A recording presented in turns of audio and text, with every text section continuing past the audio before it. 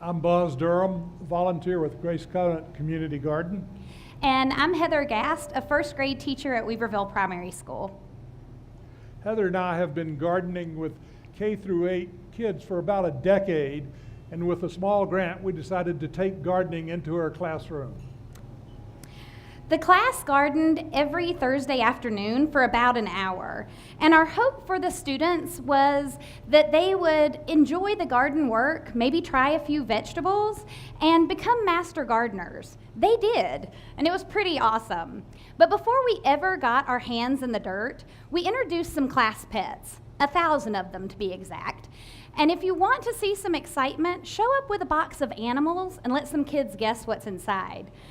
So why worms? Well, this was a great opportunity for us to teach the kids that your garden needs nutrient-rich soil. So this turned our kitchen waste into garden compost. Each week, the children checked the bin for the health of the worms. They fed the worms, and they played with the worms in first grade. They spent time naming the worms, all the way from Harold to Spaghetti. But the thing that we emphasized is the soil nutrients. To help our kids connect with gardens, not just in the United States, but around the world, we formed a Facebook partnership with some different groups. This helped them to see what different climates were like to garden, and also to see different people's techniques. And they could also take a glimpse at ours. Haiti, they garden in containers. They invert tires, and they fill those with soil. And looking at the containers, we also took from Haiti their method of mixing soil. We also looked at Uganda. They garden in containers there, and we took their containers or sacks, and we built a sack garden along with our raised beds.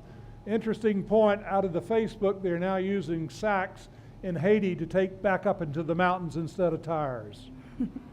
So we're all learning from each other. Of all of our Facebook partners, the kids were extremely enamored with the Good Food Bus in Maine. This is a traveling farmers market that goes into communities that need to get fresh fruits and vegetables. I don't know if it's just a product of the food truck society that our Asheville kids are growing up in, but they thought this was awesome. They had millions of questions. How much money do they make taking this around?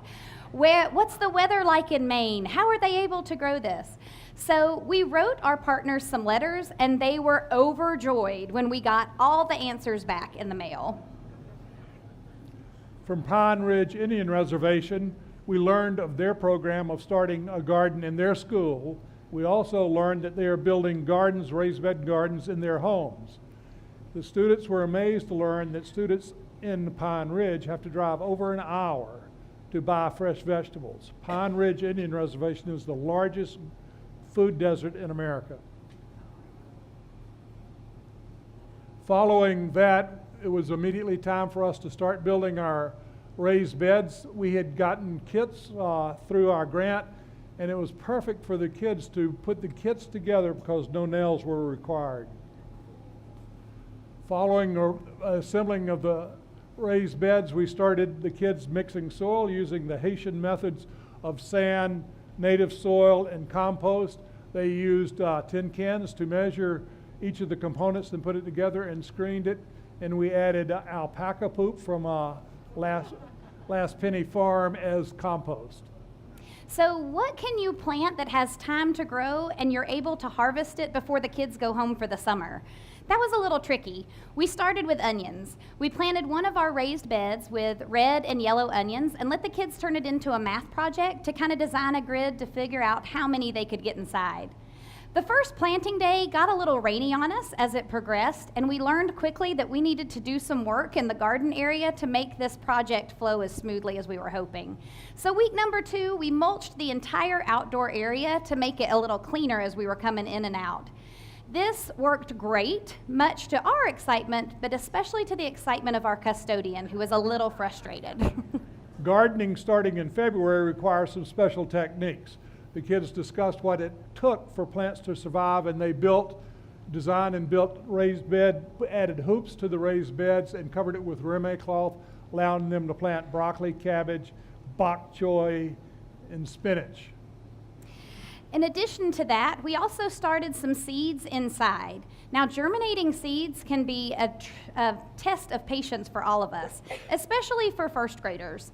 So we watered them daily, but were overjoyed when the temperatures got warm enough that we could open up that hoop house and move those starts outside. One of the limits of a project of this size is to be able to plant things that mature before the kids go home for the summer. Onions were the product that we first started, and we harvested those.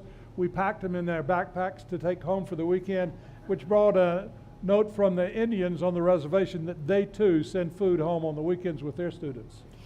The children got to dig into broccoli, spinach, cauliflower, onion scapes, lettuces, kale chips, and radishes. We discovered quickly that almost all of these vegetables go great with ranch.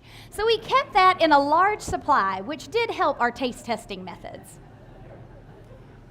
From the Asheville Men's Garden Club, the kids won a Best in Show blue ribbon and also $100.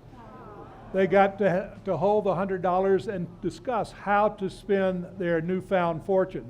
They decided to invest in this year's garden. This project had a lot of family and community support, lots of great volunteers, and parents are pretty excited when you say you're going to get their kids to eat some vegetables. But we were overjoyed when one parent custom made us a picnic table that seats 20 for the garden.